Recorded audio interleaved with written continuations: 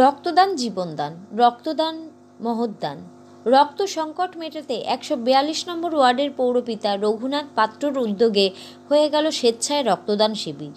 এই শিবিরে উপস্থিত ছিলেন সুব্রত বক্সী, রাজ্য তৃণমূল কংগ্রেসের সভাপতি, কলকাতার মেয়র, পশ্চিমবঙ্গ সরকারের মন্ত্রী তথা ফিরহাদ হাকিম, দক্ষিণ কলকাতার সাংসদ মালা রায়, বিধায়ক দিলীপ মণ্ডল, মাননীয় প্রাক্তন সাংসদ ও সভাপতি শুভাশিস চক্রবর্তী সহ বিশিষ্টবর্গরা।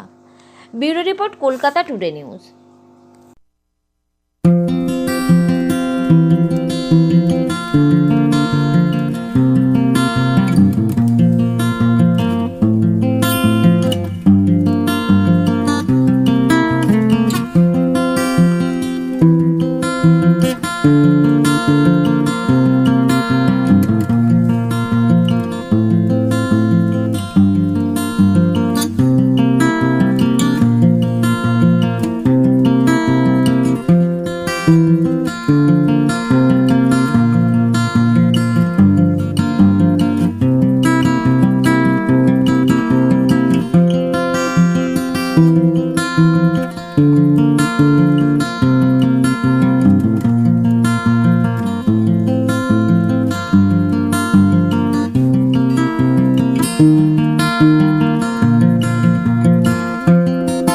তিনি তার মেয়ের ফাঁসির সাজা তিনিও চান, আমিও চাই।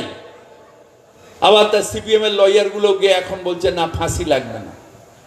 বাবার জমিদারি এতদিন ধরে বলছে ফাঁসি, এখন বলে ফাঁসি লাগবে না।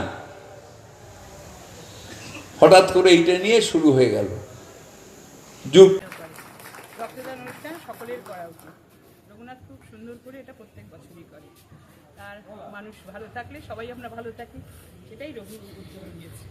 ভালো থাকবে। এটা কত বছরে পদার্পণ করছে? এটা 1992 সাল থেকে আজকে এত বছর ধরে আমরা এটা চলছি। আর রক্তদাতাদের উদ্দেশ্যে কি বার্তা দেবেন?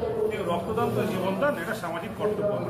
বাংলার মুখ্যমন্ত্রী মমতা বন্দ্যোপাধ্যায় আমাদেরকে শিখিয়েছেন যে মানুষের কাজ করতে। একটা রাজনৈতিক দল তারা মানুষের রক্ত নিয়ে নেয়, মানুষকে মৃত্যু পথে ফেলে। আরেকটা রাজনৈতিক দল, সে রাজনৈতিক দল রক্ত দিয়ে মানুষের পরিষেবা আমরা প্রদান করি।